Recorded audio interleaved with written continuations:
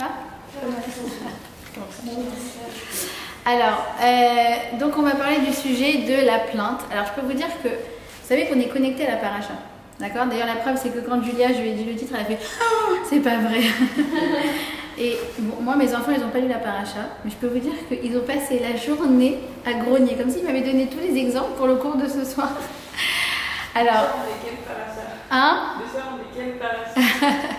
Alors, on est donc dans le livre de Bamidbar, d'accord? Et le livre de Bamidbar, en fait, on va avoir toutes les péripéties du peuple juif entre le don de la Torah, d'accord, le Har Sinaï, et l'entrée du peuple juif en Eretz Israël.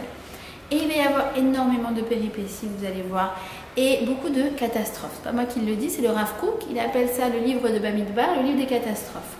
Il y a beaucoup de ratés, il y a beaucoup de malentendus, il y a des conflits. On va voir, c'est un livre, vous allez voir les prochaines parachiotes, très humain. Très humain. On se dit, waouh, le peuple juif, ils étaient capables de faire ça, c'est écrit dans la Torah.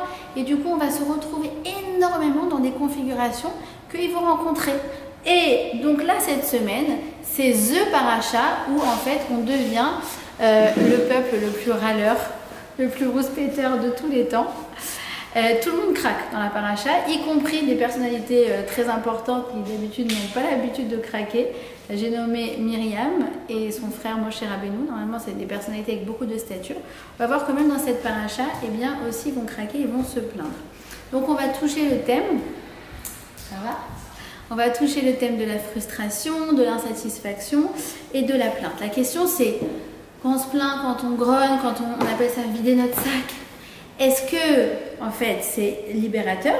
J'avais besoin d'être écoutée, j'avais besoin d'être entendue, j'avais besoin de vider mon sac, d'accord? Et donc maintenant, ça va mieux? Ou alors j'avais besoin de dire ce qui ne va pas pour que les choses, elles changent, d'accord?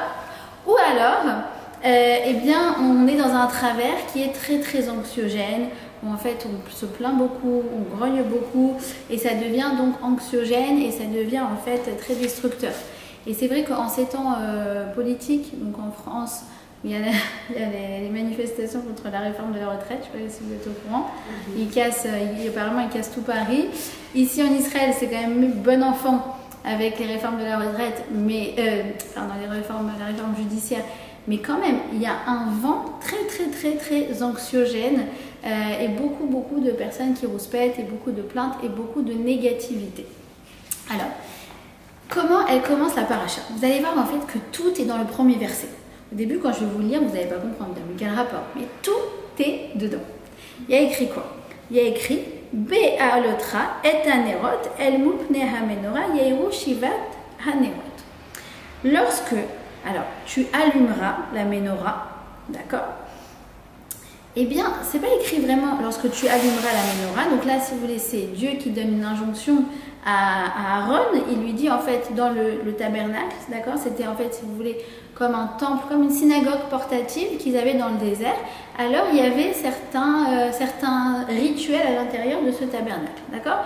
Dont en fait la menorah, comme celle que ressemble à la Hanouka qu'on connaît à Hanouka, d'accord? Et il lui donne l'injonction d'allumer cette menorah, d'accord? Et la manière dont il lui dit tu vas allumer, il lui dit ça comment? Il lui dit tu feras monter Be'alotra, lorsque tu feras monter les bougies. Et alors, on ne comprend pas trop cette tournure de choses, cette tournure de phrase. Et Rashi il vient lui dire regarde, c'est pas de la poésie. Be'alotra, ça veut dire une chose, ça veut dire quoi? Que l'allumage doit s'exécuter jusqu'à ce que la flamme, elle, s'élève par elle-même. D'accord?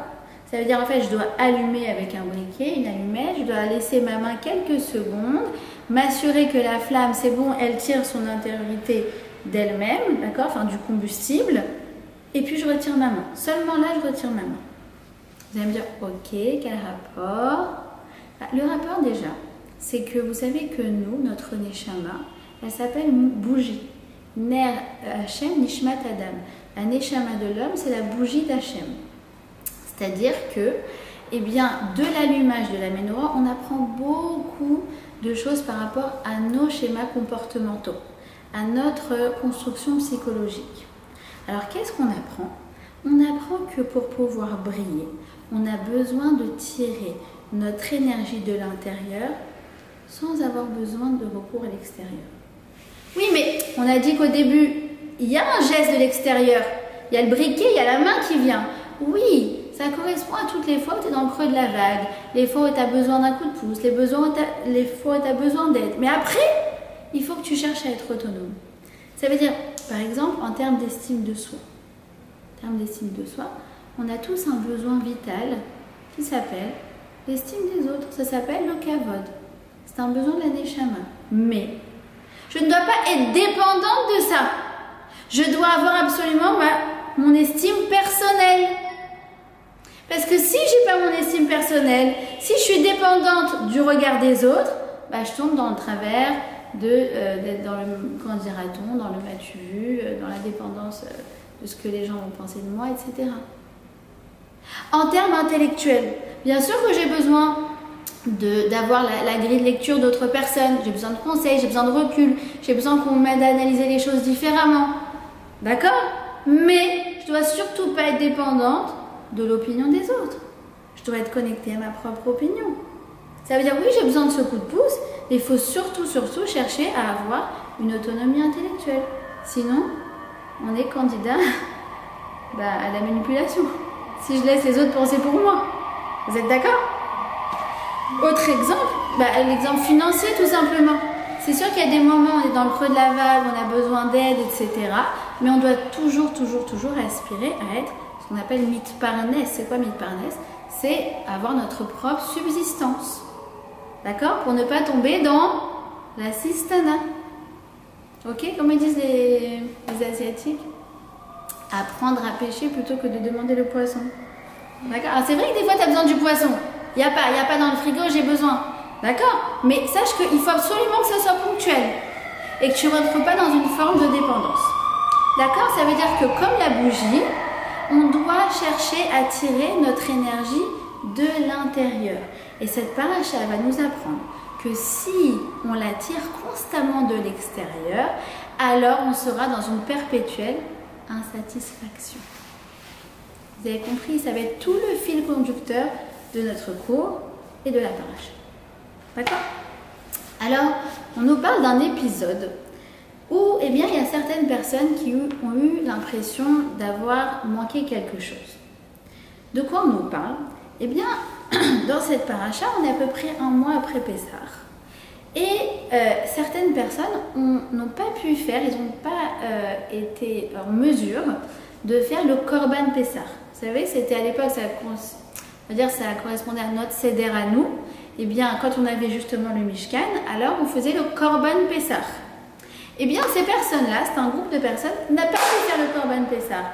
Pourquoi? Parce qu'ils étaient ce qu'on appelle en état d'impureté. Ils étaient en train de s'occuper de la dépouille de Yosef. Et donc, en étant en état d'impureté, ils n'étaient pas aptes à faire ce Korban Pessah. Et ils ont un sentiment de regret, d'amertume, d'avoir été exclus, d'avoir manqué quelque chose. D'accord? Ce sentiment-là, je le retrouve parfois avec des filles qui me disent, comme une fille qui m'a dit récemment, ça m'a fendu le cœur, elle m'a dit j'ai été trop exigeante dans mes shidduchim, dans mes dates, et en fait je crois que je suis passée à côté de la bonne personne. Alors évidemment je l'ai rassurée, si ça s'est pas fait, si ça ne devait pas se faire, etc. Mais de rester avec ce remords, c'est quelque chose qui peut vraiment nous ronger. Et en fait, ces personnes-là se retrouvent, si vous voulez, dans cette même configuration. Le sentiment d'avoir raté quelque chose. Oui, mais là, c'était pas de leur faute. C'est pas de leur faute, on est d'accord. Malgré tout, ce sentiment, il est là et ils n'arrivent pas à s'en défaire. À tel point qu'ils vont venir voir Moshe et ils vont lui dire tu sais, on aurait tellement kiffé faire le Korban Pessah. On aurait tellement aimé, il n'y a pas une solution, il n'y a pas un plan B, il n'y a pas moyen de moyenner. Et Moshe, a priori, il est très étonné par leur demande. Il leur dit, écoutez, d'abord vous n'étiez pas en mesure de le faire, donc c'est pas de votre faute. Hein, c'est un peu l'équivalent de Mina Shamaim, hein, d'accord, accepte. Et en plus de ça, bah, écoute, il y a déjà un calendrier de fêtes. Donc, c'est pas grave, c'est pas pour cette année, ça sera pour l'année prochaine. Mais Moshe, il est très impressionné par leur demande. Il trouve que leur demande a quelque chose de très noble. Il leur donne beaucoup de considération. Et il leur dit, écoutez, vous savez quoi? Je vais demander au grand patron, je vais demander à Hachem. Et Hachem, qu'est-ce qui va se passer? Il va leur répondre que si quelqu'un n'a pas été en mesure d'apporter le Korban Pessah, alors il pourra faire un rattrapage, un moed bête. Il va pouvoir refaire comme un Pessah de rattrapage quand un mois plus tard, le 14 Iyar. Waouh, c'est incroyable. Incroyable. En fait, comment le fait de constater un sentiment, de dire regarde, il y a quelque chose qui me dérange, il y a quelque chose qui est inconfortable pour moi, je ressens ça, il n'y a pas moyen de changer. Regarde ce que ça peut créer. Hachem, il a créé une nouvelle fête pour eux. Elle n'était pas dans le calendrier. Ça veut dire que j'aimerais vous dire quelque chose de très important, de très fondamental et de très oublié. C'est que il y a quelque chose de positif à exprimer ses sentiments négatifs. C'est pas un manque de émouna. C'est la base de tout être humain, d'être connecté à soi-même et à ses sentiments, qu'ils soient positifs ou négatifs. Et combien de fois j'entends des filles qui se prennent la tête et qui disent « Oh là là, je suis triste de ne pas être dans la joie. » Ou alors « Oh là là, je regrette de regretter. » Ou alors « Je suis en colère d'avoir de la colère. » Tu te dis « Attends, déjà tu avais un problème. » Mais en plus, le fait de le dénier et d'être mal à l'aise, ça te rajoute encore d'autres problèmes. C'est terrible. Donc, dis-le. Je regrette, je suis en colère et je suis triste. C'est un sentiment, c'est un fait. C'est le émet. C'est-à-dire quoi que c'est le émet? C'est-à-dire qu'en fait, c'est Hachem qui t'envoie les sentiments. Il est là. Il y a un rappel qui dit tout ce qui ne s'exprime pas s'imprime. Exactement. Exactement. On a besoin d'extérioriser. On a besoin d'extérioriser, on a besoin de verbaliser. D'accord? Mais d'abord, avant ça, avant tout, on a besoin de constater. Il y en a, non, ils ont coupé. Non. C'est quoi? C'est le principe, on dit dans la prière, Emet ve'emuna. C'est quoi Emet ve'emuna? C'est qu'en fait, il y a toujours deux étapes. La première, c'est le Emet, c'est constater. Je rencontre ce sentiment. Je fais sa rencontre, je l'accueille. On appelle ça en psychologie accueillir un sentiment.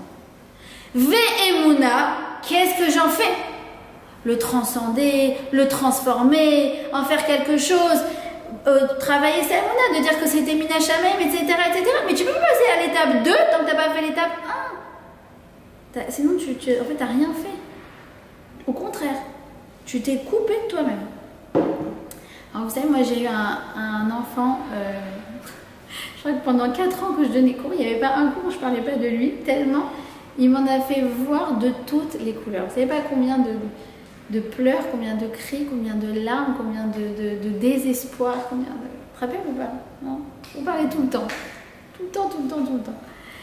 Et donc c'est un enfant qui nous faisait beaucoup de problèmes. Et un des trucs dont on s'est rendu compte, c'est que en fait, on essayait tout, comme on avait peur qu'il fasse des crises, on essayait tout de suite de lui dire « Non mais c'est pas grave, non mais tout va bien, non mais c'est pas grave, c'est bien aussi quand même, mais oui mais elle m'a frappé, oui mais c'est pas grave, regarde, t'as pas mal là, ça va, t'as pas mal. » Et donc en fait, on le coupait à chaque fois.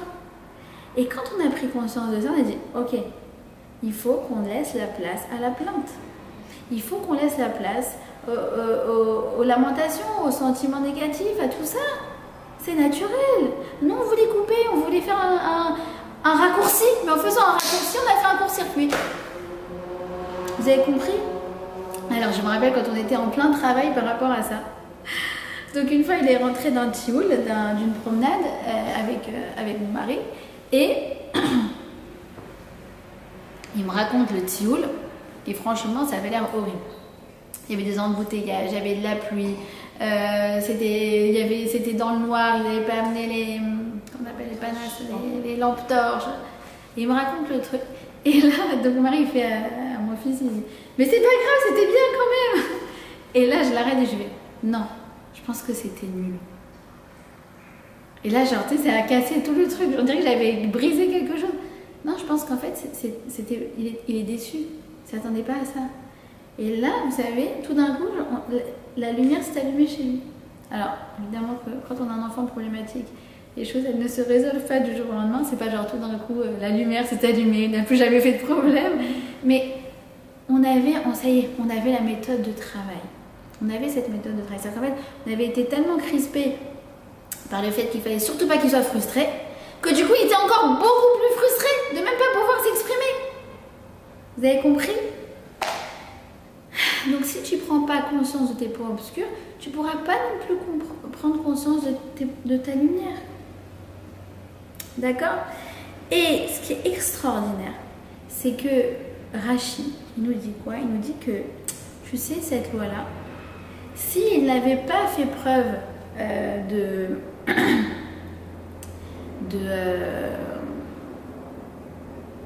justement d'exprimer ce qu'ils ressentent, tout ce qu'on a vu jusqu'à maintenant, eh bien en fait cette fête n'aurait jamais existé. C'est-à-dire qu'en fait elle a été la création pure d'une personne qui dit écoute, l'autovli, il y a quelque chose qui ne va pas. Waouh, mais déjà quand tu commences par ça, tu te rends compte que tu peux créer une nouvelle réalité parce que c'est la base de tout. C'est la base de la construction. Quand tu constates un manque, quand tu constates une brèche, bah, tu peux colmater la brèche.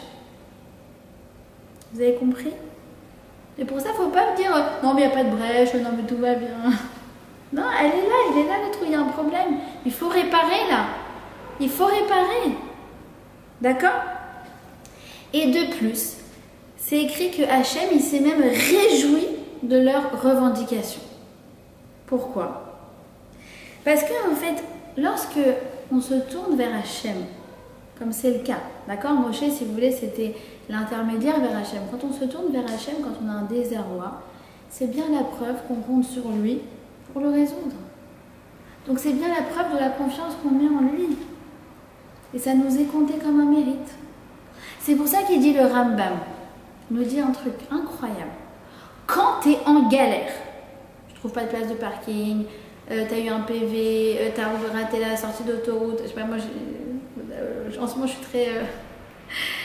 toutes les galères sur la route, mais toutes sortes de problèmes. Tu trouves pas de travail, ça s'est terminé avec ce garçon, tu n'arrives pas avec cette rupture.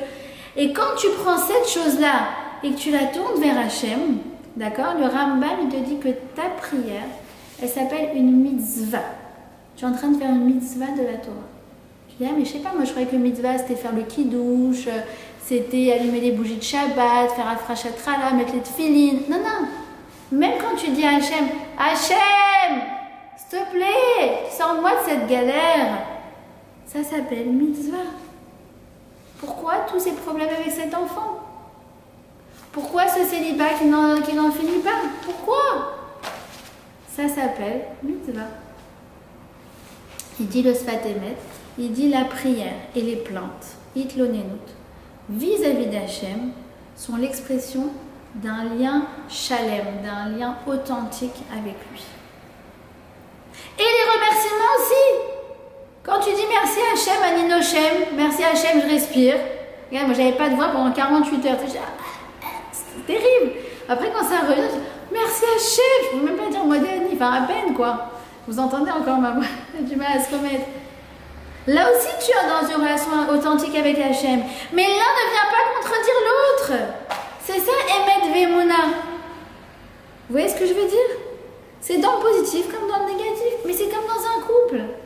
Écoute, je t'aime, mais là ton attitude me désole. Alors quoi, c'est genre schizophrène, contradictoire? Non. C'est parce que justement je suis avec toi et je suis avec toi. Je t'adore, mais là tu m'exaspères. D'accord? Donc, je suis connectée avec toi dans toutes mes formes de sentiments.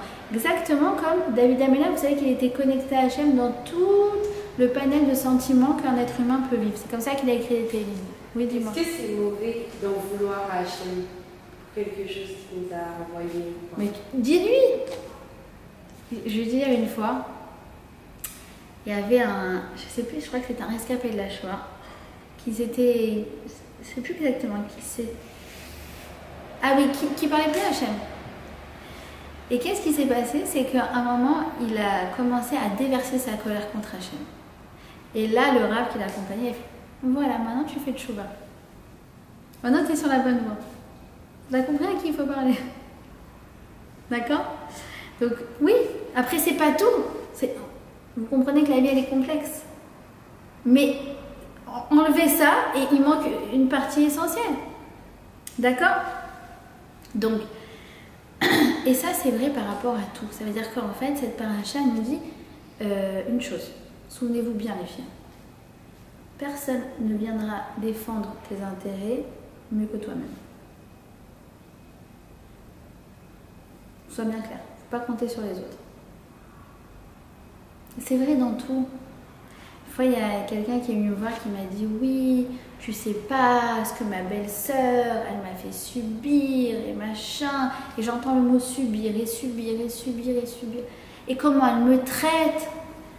Et franchement, j'ai pas été très sympa, mais je l'ai pas caressé dans le sens du poil, quoi. Je lui ai dit, mais c'est quoi comment elle te traite? Regarde toi comment tu te traites. Il dit, comment ça? Il dit, bah, en fait, tu te laisses être une marionnette entre les mains de cette femme. Donc si effectivement elle te traite de cette façon-là, c'est pas toi qui dois avoir un problème, c'est elle. Et après je lui ai dit, et puis de toute façon, les autres ils te doivent rien. C'est déjà à toi de te sentir bien avec toi-même. Et après quand tu es bien avec toi-même, tu le diffuses. Puis tu le diffuses aussi avec les autres, avec qui tu as des relations saines. Et la personne qui aime bien rentrer dedans, elle n'osera même pas. Donc déjà commence à bien te traiter toi avec toi-même. Tu verras que tu vas finir par développer de l'indifférence, voire de la pitié vis-à-vis de ceux qui veulent te faire du mal. D'accord? La bougie, elle doit être allumée de l'intérieur. Ne compte pas sur l'extérieur pour allumer ta bougie. Ça va pas marcher. D'accord? Et c'est vrai dans tout, c'est vrai dans tout. Je vous raconte aussi une autre histoire que j'ai eue avec ma fille. Alors, elle, c'était tous les jours à l'école, on m'a fait ça et on m'a fait ça. Et c'est des pestes, et elles sont méchantes, elle m'a dit ça et tout. Et alors moi, je suis rentrée à plein dans le truc, quoi. Mais c'est très grave, mais c'est qui ces filles, c'est quoi cette école de peste? Et je vais te changer d'école. Le pire truc à faire. C'est-à-dire qu'en fait, je me suis tellement apitoyée sur son sort avec elle. On était les deux tous les jours, oh là là, quelle catastrophe. Et, et en fait, du fait que je lui ai dit je vais te changer d'école. Alors elle du coup, c'était mais freestyle à l'école, quoi. Elle envoyait, enfin, catastrophe. Et à un moment, j'ai dit, attends, 2 secondes. Il ne faut pas que je la responsabilise un peu aussi, cette petite, voir qu'est-ce qu'elle peut faire pour améliorer la relation. Parce que s'il y a un problème avec elle, c'est qu'elle aussi, elle diffuse quelque chose. Et je me suis assise avec la Yotzet, avec le... Comment on appelle la Yotzet? Conseillère en éducation, là-bas. Je lui ai dit, regarde, il se passe ça et ça. Elle m'a dit, c'est vrai qu'il y a des filles qui donnent du fil à retordre. Mais je pense que ta fille, on va pouvoir l'aider à travailler, à se faire des bonnes amies. Et c'est, encore une fois, c'est pas claque des doigts et ça va marcher. Hein. Vous savez ça, que dans les relations humaines, il n'y a pas de raccourci. Mais avec du travail et des semaines, on n'est pas encore sorti. Mais mon Dieu, quelle amélioration. Parce qu'elle est beaucoup plus construite. Parce qu'elle, elle répond pas aux remarques qu'on lui fait. Et parce qu'elle, elle se dit que si elle lui fait une remarque, c'est elle qui est pas abécédaire. C'est elle qui a un problème. Mais ça change tout.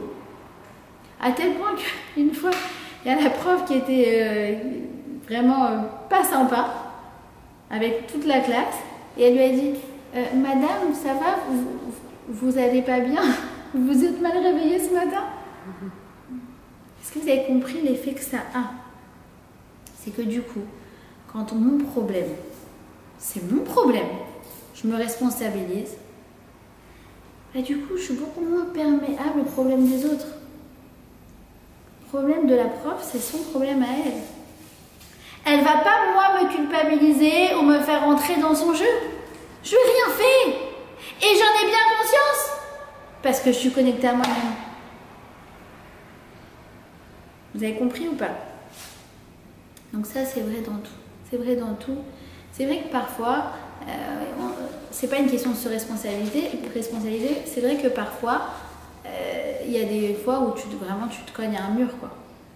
Par exemple, voilà, dans le cas d'une école, ça peut être une directrice qui refuse d'aider, d'accord? Comme j'ai vu ce cas-là, d'accord?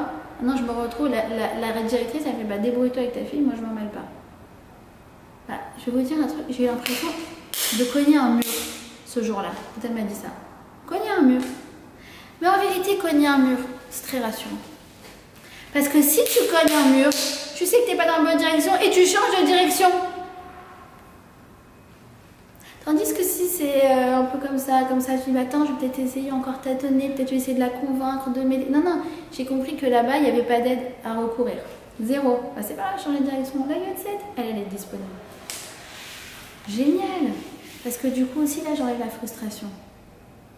Je m'en fiche, je trouve qu'elle fait pas un bon travail de directrice. Mais c'est pas mon problème. Je suis pas frustrée de ça. J'ai fait face à un mur. Comme je suis pas frustrée que le mur il soit là et qu'il m'empêche je peux pas le traverser pour aller sur la mienne PC. Je vais devoir le contourner. C'est pas grave. Bah c'est pareil. Là j'ai dû la contourner. Tant pis pour elle. C'est elle qui a raté l'occasion d'aider une petite fille qui était en détresse. C'est tant pis pour elle. Vous avez compris, il faut être méchoubar, il faut être connecté à soi-même. Donc ça, c'est le premier effet magique, d'accord? C'est qu'à partir du moment où moi, j'ai conscience de ça, les problèmes des autres ne sont plus les miens. J'ai déjà les miens à traiter. Ça me suffit. Mais je les constate, je les connais, je me responsabilise, je me prends en main. D'accord? Maintenant, je vais vous dire le deuxième effet bénéfique de ça.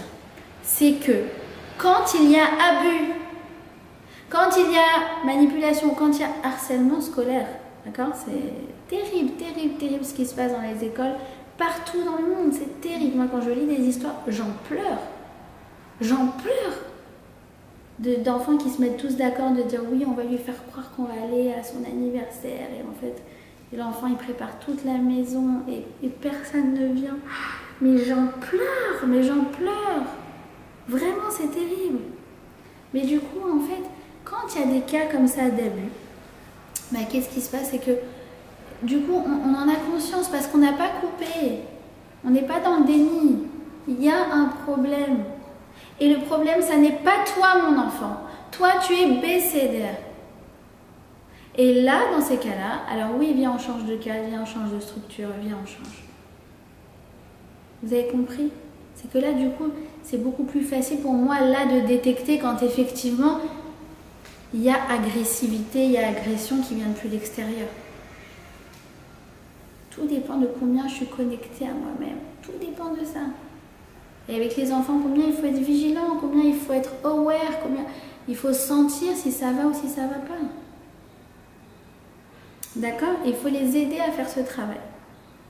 Ok? Donc du coup, ça va nous éviter plusieurs erreurs. Premièrement, c'est quand on est connecté à nos sentiments, bah, du coup, on n'est pas dans une passivité en mode bon, bah, je baisse les bras et non, on se prend en main. On exprime, d'abord on constate, on exprime, on ne fait pas semblant, on n'est pas dans le déni et on passe à l'action. D'accord? Deuxièmement, on n'attend pas que les choses elles descendent du ciel. Alors ça n'existe pas. C'est à moi d'agir. C'est ce qu'ils nous disent nos sages. C'est ton action en bas qui va agir en haut. Mais si toi tu fais rien, c'est exactement comme quelqu'un qui n'a pas tourné la clé de la voiture, bah, le moteur ne démarrera jamais. D'accord? Julia, t'es concentrée ou pas? Parce que je crois qu'à un moment tu dois...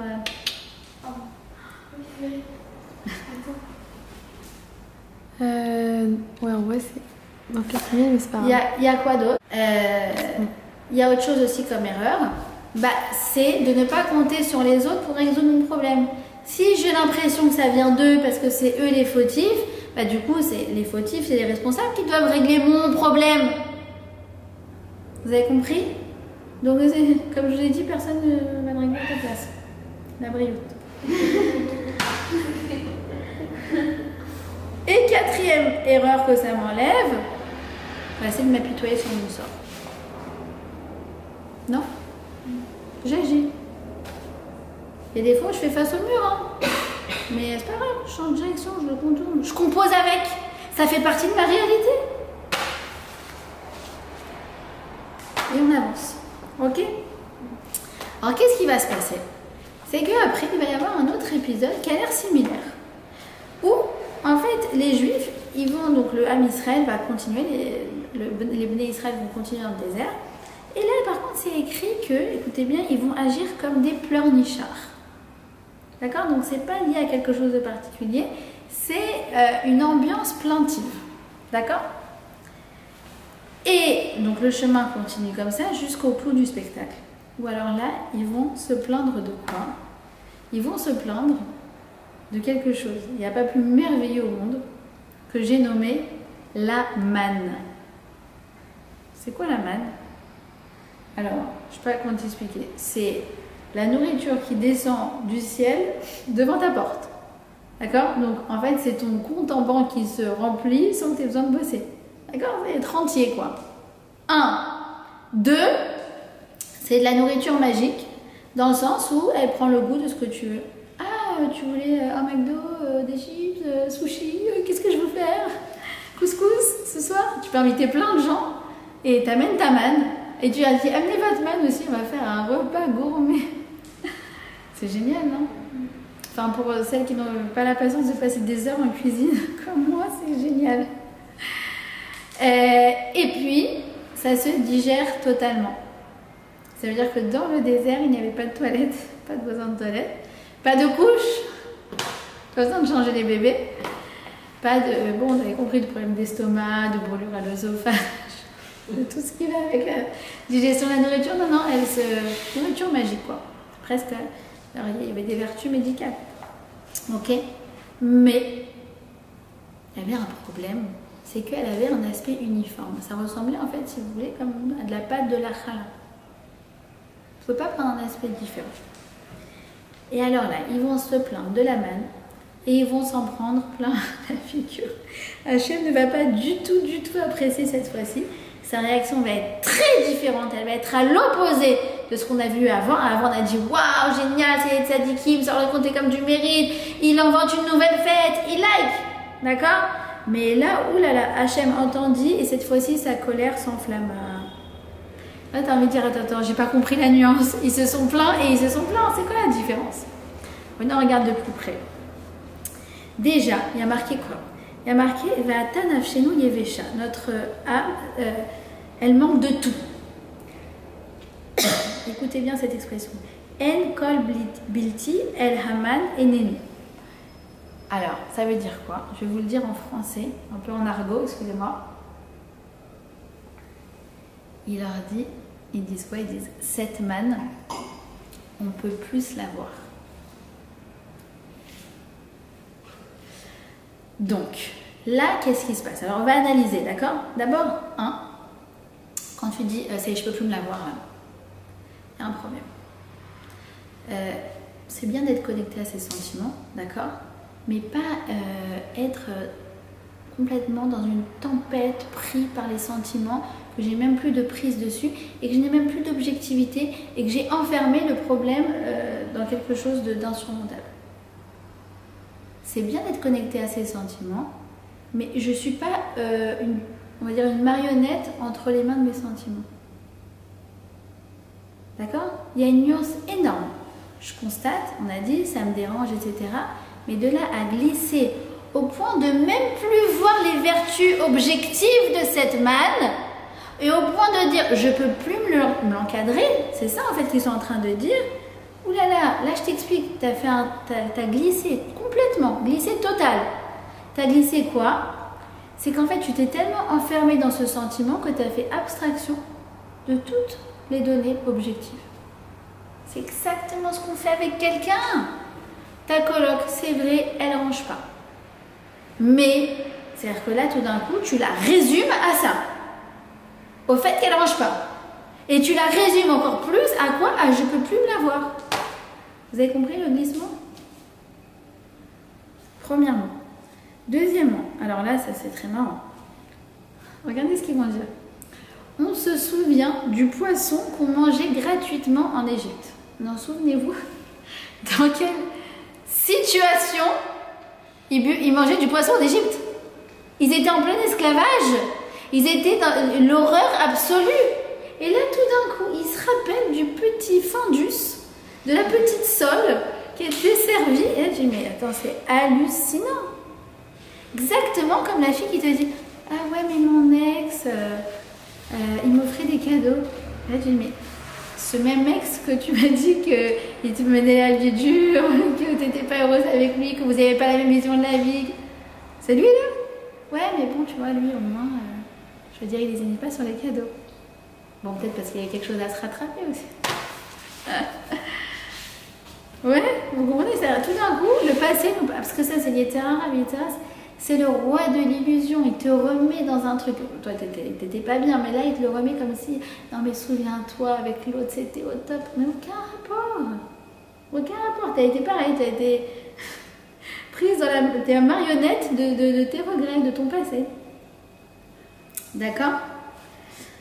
Et alors, exceptionnel aussi, ils disent qu'est-ce qu'ils veulent manger? Ils disent, on veut des concombres, on veut des melons, des poireaux, des oignons et de l'ail. Vous avez vu, ils ont fait la liste, d'accord? Alors le tafrit, le menu, voilà ce qu'on veut. Alors, en fait, le Midrash explique, je crois que c'est Rashi qui explique, au nom de Rabbi Shimon, il dit, oui, pourquoi il demande ça? Parce qu'en fait, la manne, elle pouvait prendre tous les goûts sauf ça. Parce que ça, c'est du piquant. Et il y avait des femmes qui allaitaient. Et si elles avaient bu ça, alors ça aurait fait du mal au bébé. Le lait, il aurait été piquant. D'accord? Et alors de là, Rav Yeshurun, il nous dit un truc exceptionnel à partir de cette explication-là. Il dit, tu sais pourquoi tu pleures? Tu sais pourquoi tu te plains? Tu sais pourquoi tu t'appuies toi sur ton sort? Parce qu'en fait, tu veux du piquant dans ta vie. Tu la trouves fade. Et tout d'un coup, tu commences à regarder ailleurs. Ouais, mais avant, c'était pas mieux. Ouais, mais chez les autres, c'est pas mieux. Ouais, mais eux, dans son couple. Ouais, mais ça. Et là, dans des comparaisons qui veulent rien dire. Parce que tu cherches du piquant. Et là, j'adore. Moshe, il craque. Alors, vraiment, il craque. Alors, il craque 2 fois. D'abord, il dit, pourquoi tu m'as imposé le fardeau de ce peuple? J'adore. C'est vrai que tout premier ministre israélien pourrait dire la même chose. D'accord? Vous savez que dans ce pays, on n'est pas à la tête de 9 millions de personnes, mais de 9 millions de premiers ministres. Donc c'est très très galère hein, de gérer des juifs. En tout cas, là, à ce moment-là, Dieu va prendre sa récrimination, sa plainte. Il va dire, ah c'est vrai, tu es tout seul, je vais te donner le Sanhédrin. Encore une fois, on se retrouve dans la même configuration qu'on a dit tout à l'heure. J'ai exprimé, il y a un problème, il y a un manque, hop, bah oui, écoute, on va résoudre le problème. Heureusement que tu as fait le constat. D'accord? Et après, il craque. Alors, il craque total, j'adore.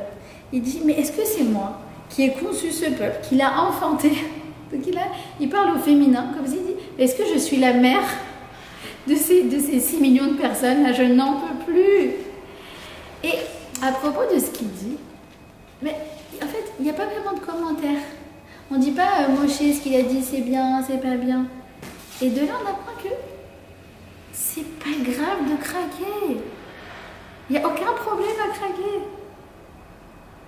D'accord? Le 5 à 7 en général dans la vie d'une maman, puisque c'est à ça qui fait référence Moshe, c'est ça le champ lexical qu'il utilise. Le 5 à 7, parfois, on craque.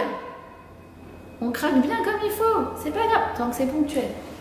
Tant que c'est pas tous les jours la même sérénade et qu'on tombe dans le travers, justement. Vous avez compris, c'est humain de craquer. C'est ça tout ce qu'il nous dit le Sefer Bamidbar. Il nous dit, mais tout ça, tous ces sentiments, tous ces trucs-là, c'est humain. Tu es humain avant tout. Avant de chercher à être une tzadika, déjà, être un bon être humain. Ouais. Alors, il nous dit comme ça, Rabbi Yeshurun, écoutez bien. Il nous dit, c'est quoi cette idée qu'il voulait du piquant? Alors, il nous dit comme ça. Il nous dit que quand toi... pardon, il explique comme ça. Il dit en fait, pour que la manne, elle prenne le goût de tout ce qu'on veut. Comme on a dit tout à l'heure, tu veux qu'elle ait un goût de sushi, un goût d'hamburger, un goût de machin, etc. Et bien, il fallait une condition. Cette condition, c'est quoi? Il fallait être capable de se renouveler de l'intérieur. De manger la manne entre guillemets, comme si c'est la première fois que Dieu l'a fait tomber. Et là, à ce moment-là, alors il y a l'effet magique qu'elle prend le goût de ce que tu veux. À partir de là, il nous donne une explication par rapport à nous-mêmes. Il nous dit en fait, pour pouvoir profiter de ta vie, pour pouvoir profiter des saveurs de la vie, il faut toi aussi que tu sois capable de te renouveler de l'intérieur. Pas que tu attendes que les trucs ils te tombent dessus. Non, il y a d'abord un vrai travail intérieur. Bonsoir.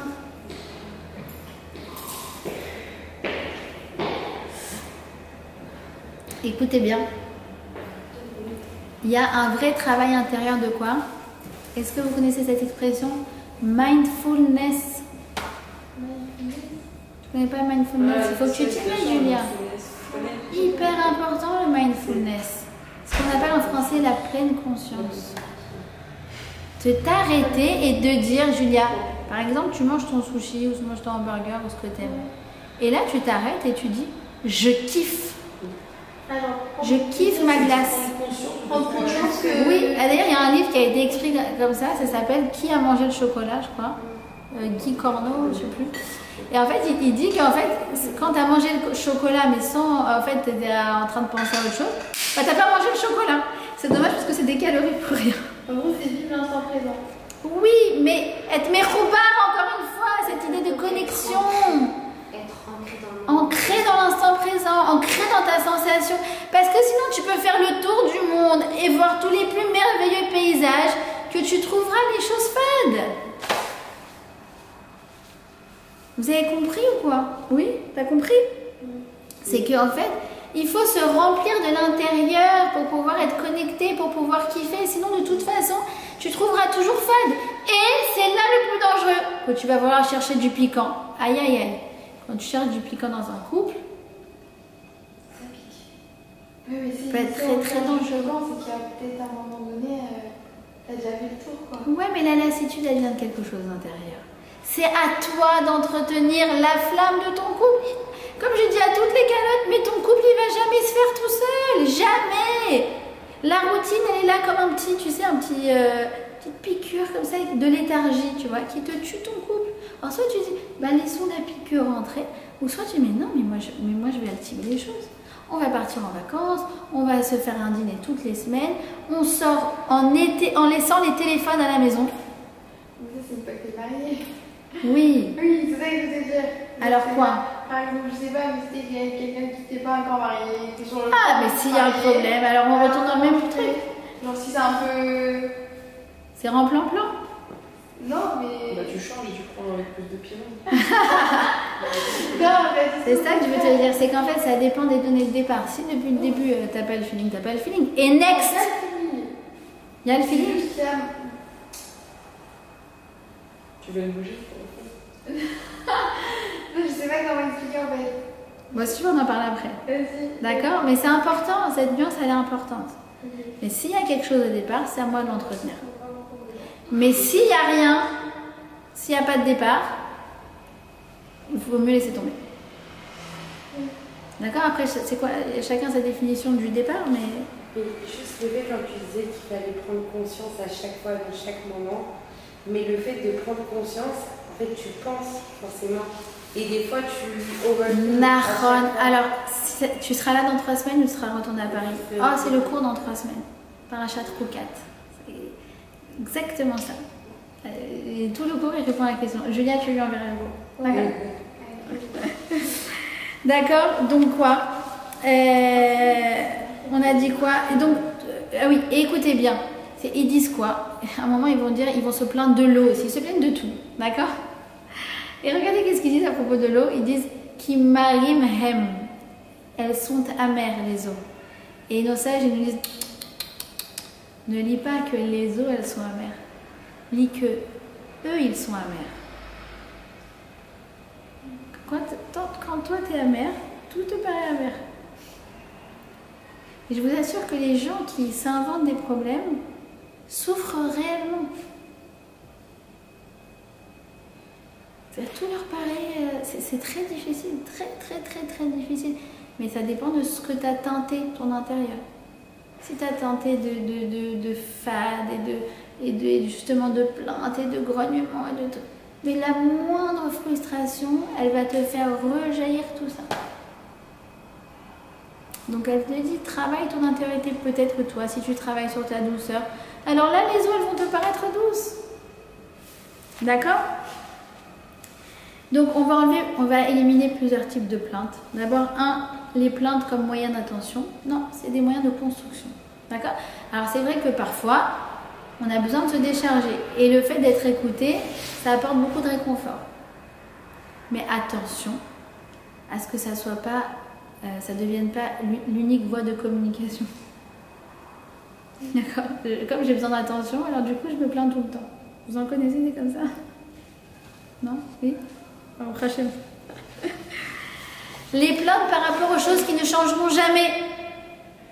On a dit ça, on se plaint pas, on compose avec. Next. Oui? Il y a autre chose aussi, c'est la plainte comme prétexte. Je m'explique. Il y a des sages qui nous expliquent que là, quand ils se sont plaints, c'est parce qu'en fait, ils étaient juste après le don de la Torah et le lien avec Hachem, en fait, ils ont senti qu'il était trop engageant. Ah, ça y est, on a reçu la Torah, on est passé au Har Sinaï, on est marié avec Hachem, quoi. Donc cette eau, cette manne, tout ça, c'est des prétextes. Il y a plein de prétextes comme ça dans le couple. La plupart des gens, quand ils t'appellent avec un problème, la plupart du temps, ce sont des prétextes. Ça veut dire qu'il y a un vrai problème, mais en fait, c'est juste révélateur d'une réalité. D'accord? Ça veut dire quoi? Ça veut dire que, par exemple, le peuple juif, il n'y avait pas d'engagement en quelque sorte avec le don de Dieu? Oui. Ok. Cette paracha, tout est très humain. Tout est très humain. On est après le Har Sinaï, c'est assez extraordinaire. Mais je vais vous donner un exemple. Oui, une fois quelqu'un me dit c'est à cause de Shabbat qu'on s'entend plus. Maintenant qu'elle fait Shabbat, maintenant qu'il fait le Shabbat, je ne sais plus c'était quoi l'histoire. Alors, bien sûr, j'écoute. Ok. En fait, tu creuses. Tu te rends compte que déjà il y avait un problème, que lui il était trop indépendant, qu'elle elle était trop. Et en fait, c'est ressorti sur le Shabbat. Et très souvent d'ailleurs, la Torah la bon dos. Très souvent, la Torah la bon dos. Parce que c'est plus facile d'accuser la Torah que de se responsabiliser. Vous me suivez ou pas? D'accord? Et il y a aussi, on va éliminer aussi autre chose, c'est la plainte quand on est en mode passif. Le problème aussi dans cette configuration, c'est que les Bnei Israël, ils mangeaient la manne, ils n'avaient pas besoin de cuisiner, ils n'avaient pas besoin de travailler. Ils étaient vraiment, on va dire, dans une relation 100% verticale où en fait, Hachem les a abreuvés de sagesse, d'abondance, de tout. Le problème de ça, c'est que quand on est en mode consommateur, les consommateurs sont les plus grands grogneurs. Alors que quand toi, tu es active, tu es proactive, tu es partisane de ton bonheur. D'accord? C'est exactement comme un enfant. Tu lui apportes, tu lui dis « Hé, cadeau, un vélo !» Alors c'est sûr, sur le moment, il est très content. Une semaine après, il te dit « Oui, ça c'est pas très bien, les vitesses, elles passent pas super bien. » Je rêve ou quoi? Alors que les mêmes enfants, tu lui dis « Regarde, si pendant 2 semaines, tu fais ça, tu te lèves tôt, machin, truc, je t'en fais un petit programme. À la fin, tu as une récompense, c'est le vélo. Je vous assure que le vélo, mais il va l'aimer avec tous ses défauts. Parce que c'est lui qui l'a eu. Vous avez compris ou pas? Quand on est en mode consommateur, on attend que la vie nous rende heureuse et les produits nous rendent heureux et les entreprises nous rendent heureux et les prestataires nous rendent heureux et tout ça.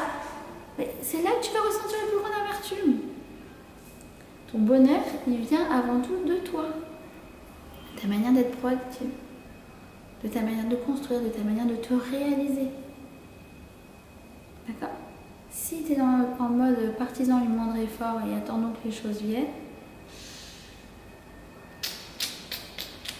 d'accord? Alors, la question c'est, on va terminer sur ça, c'est justement, comment exprimer une plainte de façon saine?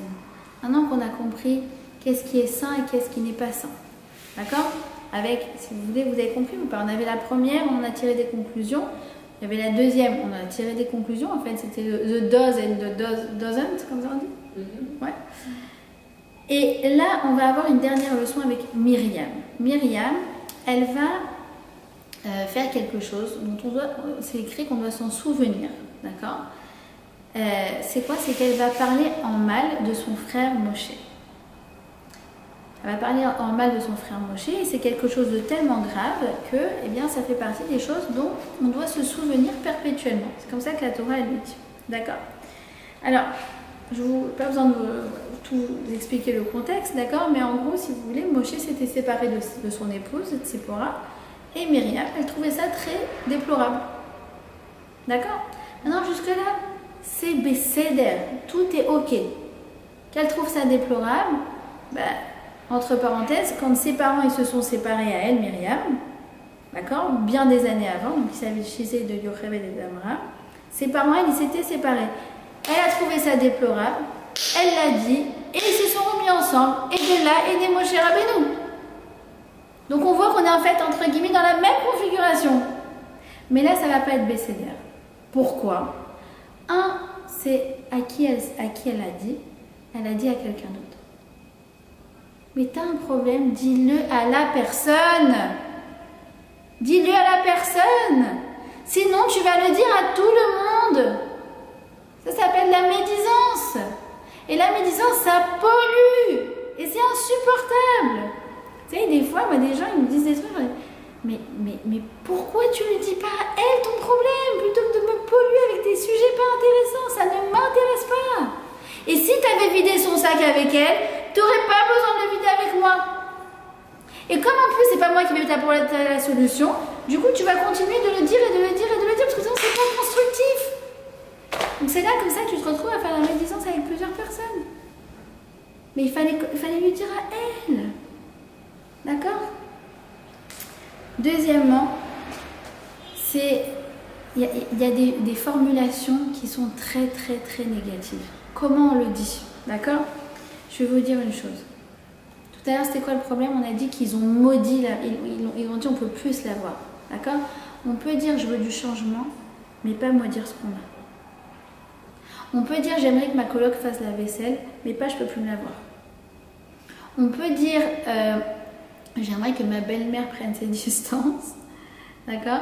Mais pas j'en ai marre qu'elle débarque à chaque instant sans prévenir. On peut dire j'aimerais un boulot plus intéressant, et pas j'en ai marre de ce boulot.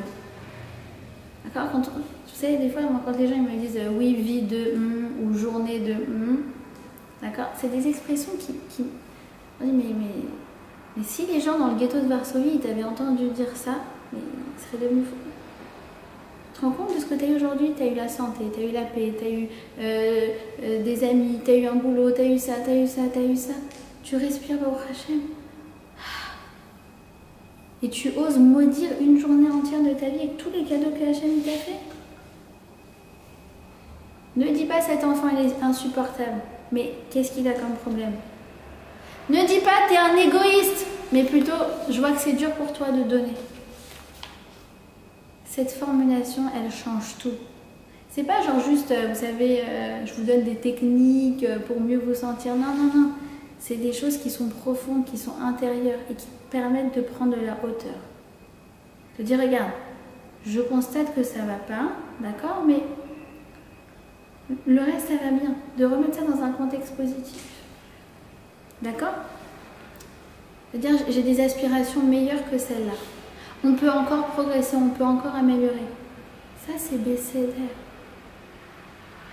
Ça fait que, 1, je suis connectée, et 2, je suis inspirée. Emet Ve'emuna. D'accord? Ça, c'est très important. Vraiment très, très important. La dernière chose, c'est quoi? C'est cette paracha-là, elle nous parle d'une tribu. Cette tribu-là, elle s'appelait la tribu de Kehat. Et eux, ils portaient le Aaron Kodesh sur leurs épaules. C'était très, très, très, très, très lourd. Et pourtant, à aucun moment, ça leur a semblé être un fardeau. Attends, mais dire, mais attends, moi aussi, j'aimerais bien que ma vie ne me paraisse pas un fardeau. Comment vous faites? À côté de ça, tu avais la tribu de Merari. Merari, ça veut dire amer. Et eux, ils transportaient des choses et ils avaient des chars.